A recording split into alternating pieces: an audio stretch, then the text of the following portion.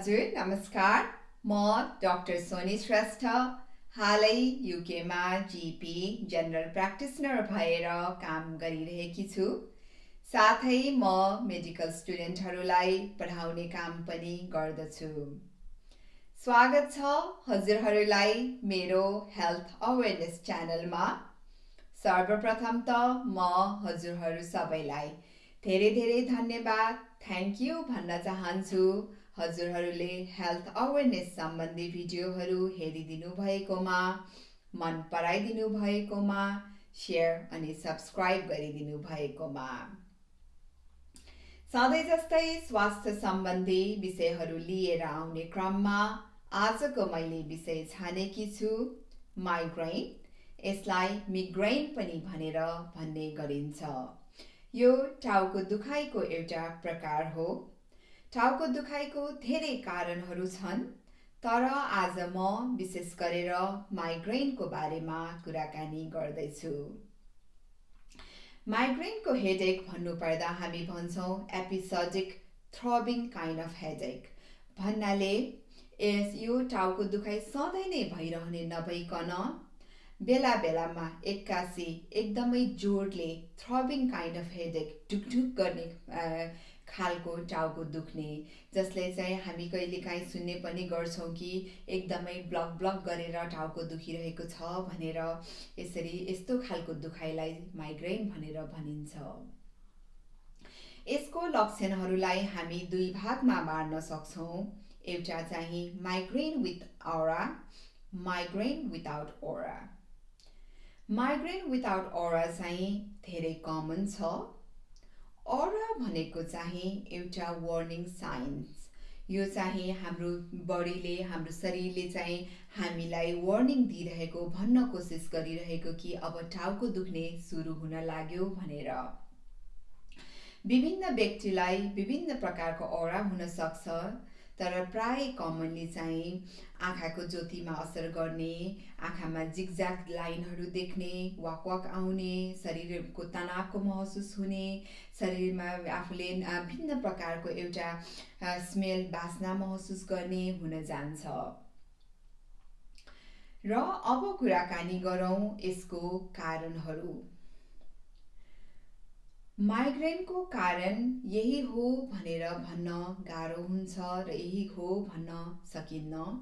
तर पनि यसको लागि चाहिँ के भनेर बुझ्ने गरिन्छ भने एक्कासी हाम्रो दिमागमा रगत सञ्चालन हुने रक्तनलीहरू सडन अनसेट अफ स्पाजम भन्नाले एक्कासी खुम्चिने, साँघुरो हुने, जसको कारणले गर्दा औराको अट्याक हुन्छ, औरा आउने हुन्छ र त्यसपछि रक्तनलीहरू फुल्लिएर रगत सञ्चालनमा असर हुने हुँदा हेडेक, टाउको दुख्ने हुन जान्छ। र अर्को कारण के पनि भनेर भन्ने गर्छ भन्दाखेरि कुनै कारणवश दिमागमा चाहिँ केमिकल चेन्जेस हुने, नर्भ्स स्टिमुलेसन चेन्जेस परिवर्तन हुने कारणले गर्दा पनि टाउको दुख्ने, माइग्रेनको अट्याक आउने हो कि भनेर भन्ने बुझिन्छ। तर हामीले माइग्रेनको कुरा गर्दाखेरि कारण भन्दा पनि बढी ट्रिगर्स भनेर भन्छौँ, किनभने यो ट्रिगर्सको बारेमा जान्न बुझ्न जरुरी छ, जसले हामीले माइग्रेनको अट्याकलाई प्रिभेन्ट गर्न, माइग्रेनको अट्याकलाई नियन्त्रण गर्न सहयोग पुर्याएको हुन्छ। माइग्रेनको समस्याले प्राय जसोलाई टाउको दुखाउने त हुन्छ नै, तर कतिपयलाई चाहिँ टाउको मात्रै दुख्ने नभइकन यसले अरू समस्या पनि ल्याउने हुन्छ, जसमा चाहिँ वाक वाक आउने, बान्ता आउने र निकै कमलाई चाहिँ अरू डरलाग्दो समस्याहरू पनि, जसमा चाहिँ समस्या भन्दा पनि लक्षणहरू, जसमा चाहिँ आफ्नो स्पिच बोल्नेमा अफेक्ट हुने, हात खुट्टाहरू कमजोर हुने, केही गर्न नसक्ने, थकान महसुस हुने पनि हुन सक्छ। तर यी सबै लक्षणहरू, समस्याहरू चाहिँ टेम्पोररी, सधैँ पर्मानेन्ट नभइकन क्षणिक रूपमा त्यही एपिसोड जुन अट्याक आएको बेलामा हुने र पछि चाहिँ ब्याक टु नर्मल हुन जान्छ। माइग्रेन आफै डरलाग्दो रोग, डरलाग्दो समस्या नभए पनि माइग्रेनको अट्याकलाई नियन्त्रण गर्न नसक्दा यसले हाम्रो दैनिक जीवनशैलीमा निकै असर पुर्याउने, जसको कारणले यसले मेन्टल हेल्थलाई पनि निकै असर पुर्याएको हुन्छ। अब कुरा गरौँ ट्रिगर फ्याक्टर। ट्रिगर फ्याक्टर भनेको के हो भने यस्तो कारणहरू जुन हाम्रो जीवनशैलीसँग, हाम्रो अरू कुराहरूसँग जुडेको हुन्छ, जसले चाहिँ माइग्रेनको अट्याकलाई ट्रिगर गरेको हुन्छ, अट्याक ल्याउने गरेको हुन्छ। ट्रिगरलाई विभिन्न भागमा बाँडेको हुन्छ। हर्मोनल ट्रिगर्स भन्दाले यो चाहिँ जसको कारण चाहिँ आइमै मान्छेमा धेरै कमन हुन्छ। आइमै मान्छेमा हरेक महिना शरीरमा हर्मोनल चेन्जेस भइरहेको हुन्छ, जसलाई हामी नर्मल फिजियोलोजिकल चेन्जेस भन्छौँ, जसको कारणले महिनावारी हुने हुन्छ। तर कसैलाई चाहिँ यही नर्मल फिजियोलोजिकल चेन्जको सँगसँगै अरू समस्याहरू पनि देखा पर्ने हुन्छ। एउटा चाहिँ माइग्रेन अट्याक, हेडेक पनि पर्न आउँछ। यो चेन्जेसमा के हुन जान्छ भने महिनावारी हुने बेलामा इस्ट्रोजन नामक हर्मोनको लेभल चाहिँ कम हुन जाने हुँदाखेरि माइग्रेनको अट्याक आउने हो कि भनेर पनि बुझिन्छ। त्यसरी नै आइमै मान्छेको सर्टेन एज पुगेपछि महिनावारी थप्प हुने रोक्ने हुन जान्छ, जसलाई हामी मेनोपज भनेर भन्छौँ। यसको लागि पनि एउटै कारण चाहिँ इस्ट्रोजन हर्मोनको कम भएर हो कि भनेर भन्ने बुझिन्छ। अर्को फिजिकल ट्रिगर्स, हामीले चाहिँ हाम्रो स्लिपिङ प्याटर्न नमिलेर, सुत्न नपुगेर, सुत्ने उठ्ने शिफ्ट वर्क गर्नेहरूको लागि डे शिफ्ट नाइट शिफ्ट भएर स्लिप साइकलहरू नमिलेर, फिजिकल एक्टिभिटिज नमिलेर, हामी भन्छौँ कि physical activities good for health, तर पनि आफ्नो शरीर अनुसार सुटेबल एक्टिभिटिज चुज गर्नुपर्छ, किनभने एक्कासी एकदमै इन्टेन्स एक्सर्साइज गर्नाले पनि माइग्रेन अट्याक आउन सक्छ। अर्को इन्भाइरोमेन्टल ट्रिगर्स, जस्ता चाहिँ एकदमै लाउड नोइज, एकदमै ब्राइट कलर्स, ब्राइट सन, डाइरेक्ट सन एक्सपोजरको कारणले पनि माइग्रेन अट्याक आउन सक्छ। इमोसनल ट्रिगर्स, रिस उठ्दा, स्ट्रेसको बेलामा, अर्को चाहिँ आफ्नो मेन्टल हेल्थको गुड मेन्टल हेल्थ छैन, डिप्रेसन, एन्जाइटीको कारणले गर्दा पनि हुन जान्छ। र अर्को डायटरी ट्रिगर, डायटले पनि महत्त्वपूर्ण भूमिका खेलेको हुन्छ, जसमा पनि विशेष गरेर अल्कोहल, मदिरापान, त्यसमा पनि रेड वाइन, चिज, चकलेट्स, क्याफिन ड्रिङ्क्स, चिया, कफी को कारणले पनि माइग्रेनको अट्याक ल्याउँछ। र अर्को मेडिकेसनमा पनि hormonal tablets, hormonal medication, codeine related, opioids related मेडिकेसनहरूको कारणले गर्दा पनि माइग्रेन अट्याकमा असर पुर्याएको हुन्छ। त्यसैले यो ट्रिगर फ्याक्टरलाई जान्न निकै जरुरी छ, किनभने सबैलाई एउटै ट्रिगर्स हुन्छ भन्ने छैन। सधैँ भने जस्तै हामी सबैको शरीर फरक फरक हुन्छ। कुनै पनि रोग होस्, कुनै पनि ट्रिगर्ससँग रेस्पोन्स गर्ने तरिका फरक फरक हुन्छ। त्यसैले आफ्नो शरीरलाई टाइम दिएर बुझ्न जान्न निकै जरुरी छ। माइग्रेनको ट्रिगर कसरी जान्न सकिन्छ भने हामी भन्छौँ माइग्रेन सिम्पटम्स डायरी। हामीले हजुरहरूलाई कति फ्रिक्वेन्टली सिम्पटम्स अट्याक्स आएको छ त्यही अनुसार हप्ता, महिना, दिनसम्म डायरी राख्ने। डायरीमा चाहिँ के लेख्न सकिन्छ भने कति बेला अट्याक आएको छ, के गरिरहनु भएको छ, त्यो दिनमा के नयाँ गर्नुभयो, के खानुभयो, कस्तो एक्टिभिटिजहरू गर्नुभयो, यदि आइमाई हजुरहरूको पिरियड हुन्छ भने, महिनावारी हुन्छ भने के यो महिनावारीसँग सम्बन्धित छ। यसरी यस्तो डायरी राख्नाले आफूलाई के सहयोग हुन्छ भन्दाखेरि चाहिँ यो ट्रिगरको बारेमा जानिन्छ र ट्रिगरलाई अभोइड गऱ्यौँ भने हामीले माइग्रेन अट्याकलाई प्रिभेन्ट गर्न सक्छौँ। र यदि हजुरहरू डक्टरलाई देखाउन जानुहुन्छ भने यो डायरी लिएर जानुभयो भने डक्टरले हजुरहरूको सिम्पटम्सको बारेमा अझ बढी जान्न सजिलो हुन्छ र हजुरहरूको लागि म्यानेजमेन्ट प्लान गर्नमा सहयोग हुन्छ। अघि भने जस्तै टाउको दुख्ने विभिन्न कारणहरू छ, त्यसैले कति बेला डक्टरलाई देखाउन आवश्यक छ भन्दाखेरि चाहिँ एक्कासी एकदमै जोडले टाउको दुख्यो, आँखाको ज्योतिमा असर पुग्यो, हामीले बोल्ने तरिका, बोल्ने स्पिचमा अफेक्ट भयो, हात खुट्टाहरू नचल्ने, कमजोर हुने भयो भने चाहिँ इमर्जेन्सी त्यही दिन त्यही बेलै डाक्टरलाई देखाउन आवश्यक छ। र अर्को चाहिँ हजुरहरूलाई टाउको दुखाइ लामो समयदेखि छ, तर टाउको दुख्ने प्याटर्न, दुख्ने इन्टेन्सिटी, दुखाइमा परिवर्तन भयो, दुखाइ सँगसँगै अरू समस्याहरू जस्तो चाहिँ शरीरको तौल घट्दै गयो भने, वक आउने, बान्ता आउने दिनहुँ हुन थाल्यो भने, टाउको सधैँ दुखिरह्यो भने, औषधि खाएर पनि कम भएन भने, आफूले कुनै कुरामा फोकस गर्न पनि गाह्रो भयो सकेन भने यस्तो बेलामा डाक्टरलाई देखाउन आवश्यक छ। माइग्रेन आफैको सिम्टम्सलाई चाहिँ हामी 4 स्टेज 4 भागमा बाँड्न सक्छौँ।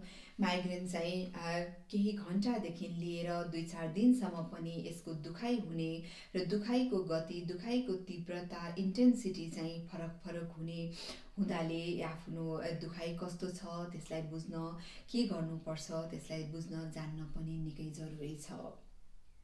स्टेजको कुराकानी गर्नुपर्दा प्रोड्रोमल स्टेज, फर्स्ट स्टेज के हुन जान्छ भने टाउको दुख्न अगाडि नै केही दिन, केही मिनट, केही घन्टा, केही दिन अगाडिदेखि नै आफ्नो शरीर आलस्य महसुस हुने, थकाइ महसुस हुने, कन्सन्ट्रेट गर्न नसक्ने, रिस उठेको जस्तो इरिटेबल फिल हुने हुन जान्छ।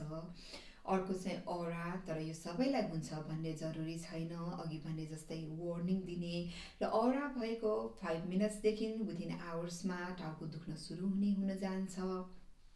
र अर्को चाहिँ हेडेक फेज, जुन चाहिँ दुखाइको फेज, जुन चाहिँ केही घन्टादेखि 2-3 दिनसम्म पनि हुन जान्छ। र अर्को चाहिँ रिजोल्युसन स्टेज भन्छौँ, पोस्ट हेडेक स्टेज हो। टाउको दुखाइ त कम हुन्छ, तर पनि कति दिनसम्म आफूलाई थकानको महसुस हुने, कन्सन्ट्रेट गर्न नसक्ने, आफू पुरै नर्मल भएको जस्तो महसुस नहुने, खान मन नलाग्ने जस्ता समस्याहरू पनि देखा पर्न सक्छ। अघि भने जस्तै सबैभन्दा महत्त्वपूर्ण कुरा त डायग्नोसिस राइट हुनु पर्यो। डाक्टरलाई देखाएर के यो माइग्रेन हो कि होइन भनेर जान्न निकै जरुरी छ। अब कुराकानी गरौँ उपचार, ट्रिटमेन्टको बारेमा।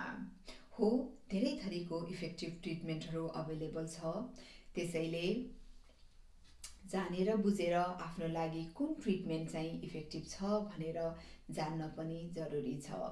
ट्रिटमेन्ट हामीले 2 भागमा बाँड्छौँ, एउटा चाहिँ ट्रिटमेन्ट ड्युरिङ अट्याक्स र अर्को चाहिँ टु प्रिभेन्ट द अट्याक्स।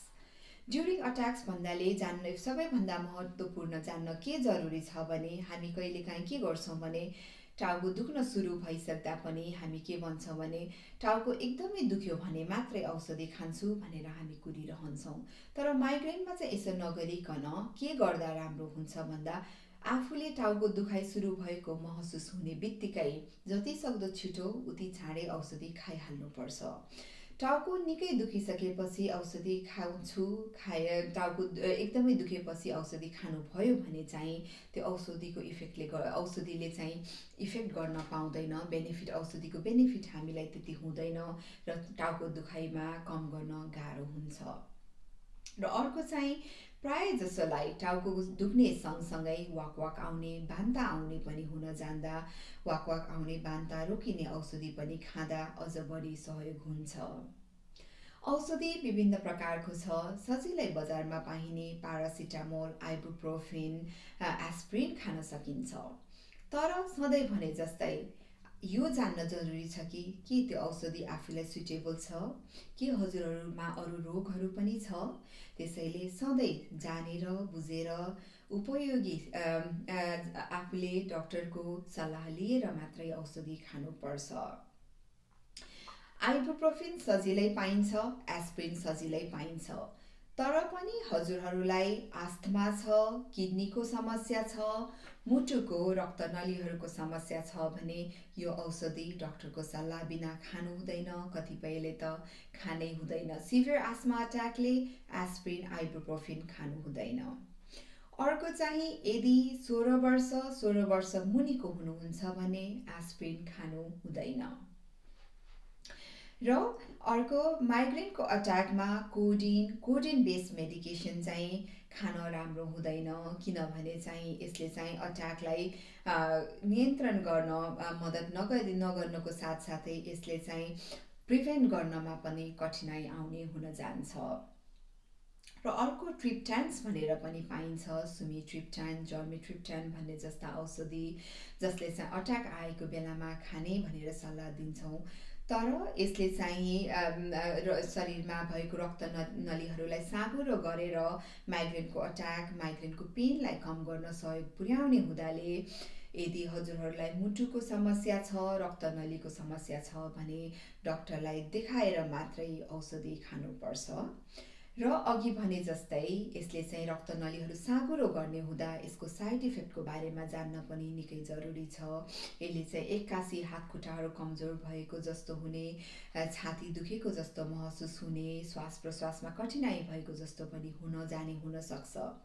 तर कुन चाहिँ यसको साइड इफेक्ट र कति बेला चाहिँ अर्जेन्ट डाक्टरलाई देखाउन जरुरी छ भनेर जान्नको लागि एडभाइस पछि मात्रै औषधि सुरु गर्न आवश्यक छ, गर्दा बढी फाइदा हुन जान्छ। अब कुरा गरौँ प्रिभेन्सन। कहिले चाहिँ प्रिभेन्टिभ मेडिसिन स्टार्ट गर्ने त भन्दाखेरि यदि घरिघरि माइग्रेनको अट्याक हरेक हप्ता महिनामा धेरै पटक भइरह्यो भने, यदि माइग्रेनको अट्याकले आफ्नो दैनिक जीवनशैलीमा निकै असर पुर्याएको छ भने प्रिभेन्टिभ मेडिसिनको बारेमा कुराकानी गर्न, जान्न बुझ्न जरुरी छ। यसको बारेमा अर्को कुरा जान्न के जरुरी छ भने चाहिँ यो औषधि खाने बित्तिकै माइग्रेन क्योर हुने, माइग्रेन कन्ट्रोल हुने होइन कि माइग्रेनको क्योर छैन, तर पनि हामीले चाहिँ औषधिले सिम्पटम्स कन्ट्रोल भनेर भन्छौँ, गर्न कोसिस गर्छौँ। र यसले चाहिँ सधैँ नै थप्पै हेडेक, माइग्रेन अट्याक पनि हुन जान्छ, तर भए पनि सिम्पटम्स त्यति सिभियर नहुने, त्यति फ्रिक्वेन्ट नहुने र आफूले नियन्त्रण गर्न सहन सक्ने र आफ्नो जीवनशैलीलाई चाहिँ नर्मल जीवनशैली बिताउन सहयोग पुर्याउने हुन जान्छ। र अर्को कुरा चाहिँ यो औषधि सधैँ खाइरहनु पर्ने भएको हुनाले यसको बारेमा जान्न बुझ्न जरुरी छ। र यो औषधि चाहिँ माइग्रेनकै लागि भनेर बनेको होइन कि विभिन्न औषधिहरू विभिन्न समस्याको लागि प्रयोग गर्ने, तर यसले माइग्रेनको अट्याकलाई प्रिभेन्ट गर्न साथ दिने हुँदाले माइग्रेनको अट्याक प्रिभेन्ट गर्न हामी यो औषधिहरू प्रयोग गर्छौँ, जसमा हामी भन्छौँ बिटा ब्लकर, प्रोप्रानोलोल, एटिनोलोल जस्ता, मेटोप्रोलोल जस्ता औषधिहरू छन्, जुन औषधि चाहिँ हाई ब्लड प्रेसर, मुटुको रोगहरूको लागि विशेष रूपमा उपयोग गरिन्छ। र अर्को चाहिँ एमिट्रिप्टिलिन, जुन चाहिँ दुखाइको लागि, डिप्रेसन, मेन्टल हेल्थको लागि उपयोग गरिन्छ विशेष गरेर, तर यसले माइग्रेन अट्याक प्रिभेन्ट गर्नको लागि पनि सहयोग पुर्याएको हुन्छ। अर्को चाहिँ टोपिरामेट भनेर पनि पाइन्छ, जुन चाहिँ एपिलेप्सीमा उपयोग गरिन्छ, तर यसको बेनिफिट चाहिँ माइग्रेनको सिम्पटम्स प्रिभेन्ट गर्नको लागि पनि सहयोग पुर्याउने हुन जान्छ। यदि हजुरहरू प्रेग्नेन्सीको लागि प्लान गरिरहनु भएको छ, प्रेग्नेन्सी हुनुहुन्छ, ब्रेस्ट फिडिङ गरिरहनु भएको छ भने कुनै पनि औषधि सुरु गर्न अगाडि डाक्टरको सल्लाह, डाक्टरलाई देखाउन निकै जरुरी छ, किनभने माइग्रेन सम्बन्धी धेरै औषधिहरू खान नमिल्ने, खान नहुने हुन जान्छ।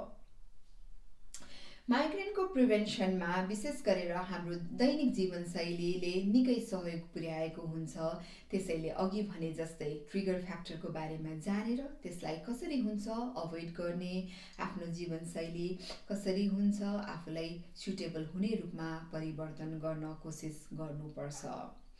हो, माइग्रेन डरलाग्दो समस्या त होइन र यसले चाहिँ डरलाग्दो समस्या र लामो समयसम्म डरलाग्दो समस्या कठिनाइ नल्याउन सक्छ, तर पनि अघि भने जस्तै यसले चाहिँ मेन्टल हेल्थहरूमा असर पुर्याउने हुँदाले यसको नियन्त्रणको लागि निकै ध्यान दिनुपर्छ। र कति बेला चाहिँ हामी डाक्टरलाई देखाउने भन्ने बारेमा पनि आफूले जानकारी राख्नुभयो भने चाहिँ हजुरहरूलाई चाहिँ अझ बढी चाहिँ के हुन्छ भने कहिले चाहिँ मैले चेकअपको लागि जानुपर्छ भन्ने हजुरहरूलाई आफूलाई थाहा हुन्छ। आशा छ मेरो अरू भिडियोहरू जस्तै यो पनि उपयोगी छ। हामी सधैँ यही प्रयत्न गरौँ कि नयाँ कुरा सिकौँ, अरूलाई पनि सिकाउँ, आफू स्वस्थ रहौँ, आफूले जाने बुझेको कुरा अरूलाई पनि सिकाउन प्रोत्साहन गरौँ। आफू स्वस्थ हुनु भन्नु नै आफ्नो परिवार स्वस्थ, आफ्नो परिवार स्वस्थ भन्नु नै समाज स्वस्थ, देश स्वस्थ। सधैँ सिक्ने कोसिस गरौँ, सिकाउने कोसिस गरौँ, सिकाउन प्रोत्साहन गरौँ। सधैँ जस्तै म आउने हरेक हप्ता नयाँ नयाँ स्वास्थ्य सम्बन्धी विषयहरू लिएर आउनेछु। म आउने हप्ता चाहिँ क्यान्सर अवेरनेस सिरिजको रूपमा क्यान्सर अवेरनेस डिजिजहरू समस्याहरूको बारेमा लिएर आउने कोसिस गर्नेछु। आशा छ त्यो पनि हजुरहरूलाई उपयोगी हुनेछ। यदि हजुरहरूलाई यो भिडियो उपयोगी लागेमा कृपया सक्दो सेयर गरिदिनुहोला। आऊ हामी सबै मिलेर सँगै सिकौँ, सबैलाई सिकाऊँ भन्दै आज यहीँ बिदा लिन चाहन्छु। नमस्कार, शुभ दिन।